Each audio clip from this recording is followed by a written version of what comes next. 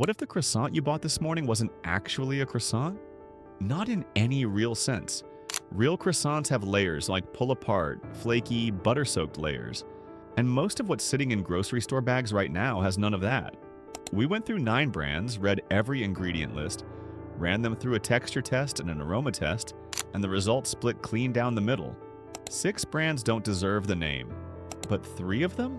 They're actually doing it right, and one of them costs less than you'd think.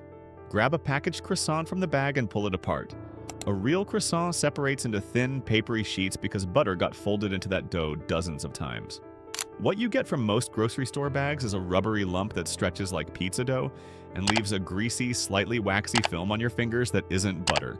Number 1, 7 days soft croissant. The name alone tells you what you need to know. A real croissant goes stale in hours because the butter oxidizes. The layers collapse and the crust softens. Something that stays soft for a full 7 days at room temperature isn't being kept fresh by good baking. It's being held together by a chemistry set. Open the bag and smell it. You get almost nothing, maybe a faint sweetness, something vaguely vanilla adjacent, but zero butter. That's because the fat here comes from vegetable oils and emulsifiers, and those don't produce the warm, nutty smell that real butter releases when it browns in a hot oven. Humectants like glycerol and propylene glycol, the same ingredients used in packaged sandwich bread, keep the dough pliable long past when it should have dried out. That slightly waxy, sweet coating you taste on the inside, that's shelf stability, not pastry. Number 2, Bauli Croissant. Bauli is an Italian brand, so you'd expect something legit. The packaging looks imported and premium, individually wrapped, sitting in the specialty aisle next to the olive oils and fancy chocolates.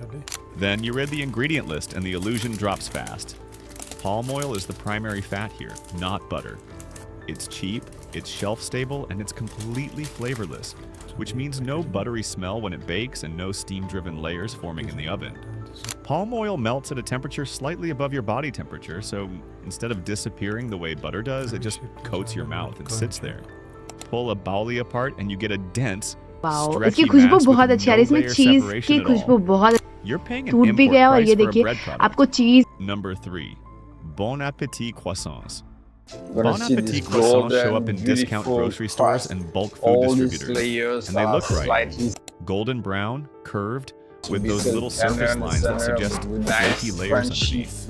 Those lines are pressed in with a roller before baking. They don't mean anything. Real lamination happens when you fold cold butter into dough over and over. So when the heat hits, the water in that butter turns to steam and pushes the layers apart.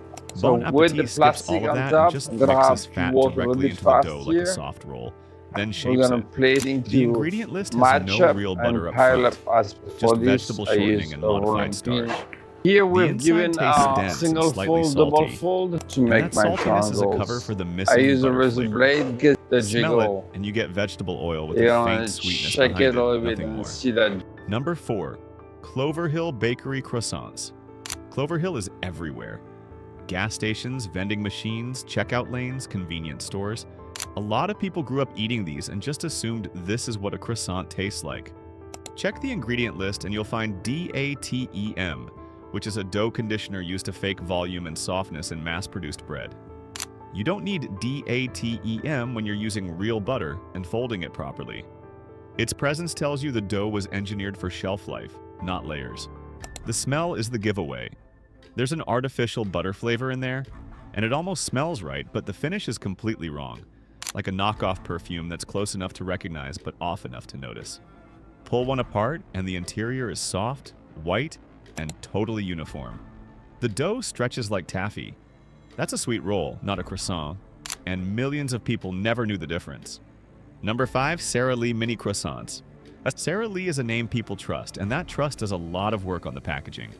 But squeeze one of these mini croissants and it compresses flat and stays there because there's no layer structure holding its shape.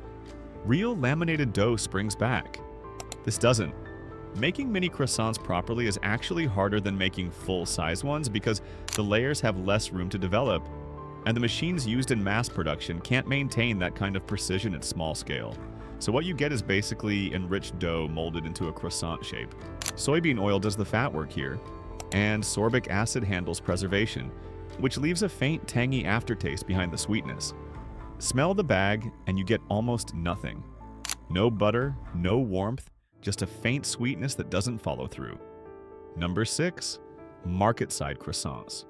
Market-side croissants sit in Walmart's fresh bakery section, right next to the bread loaves and dinner rolls, and that placement does a lot of work.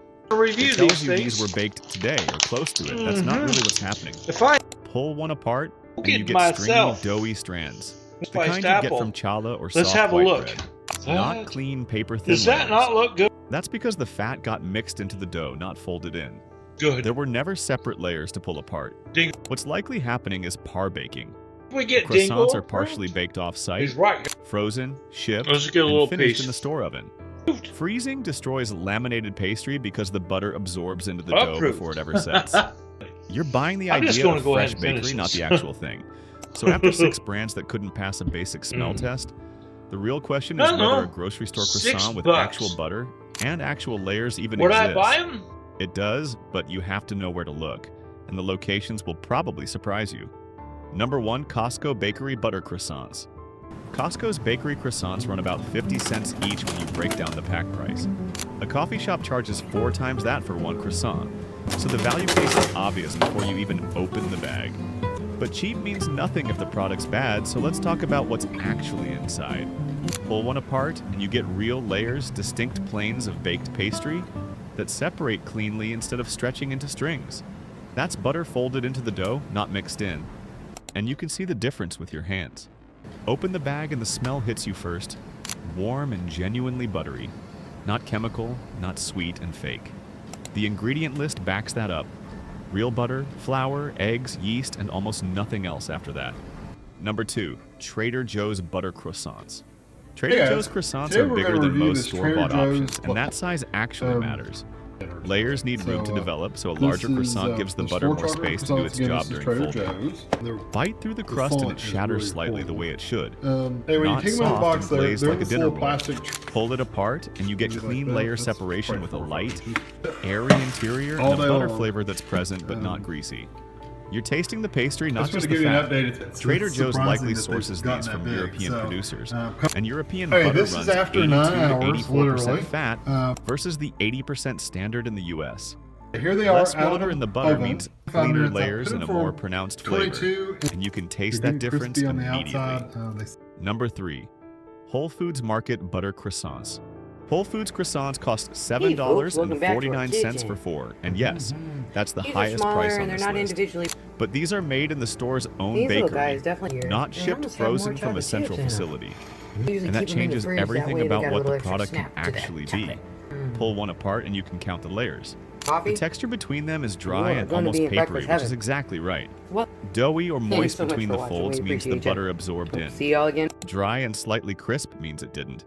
The smell out of the bag is the strongest of any option tested.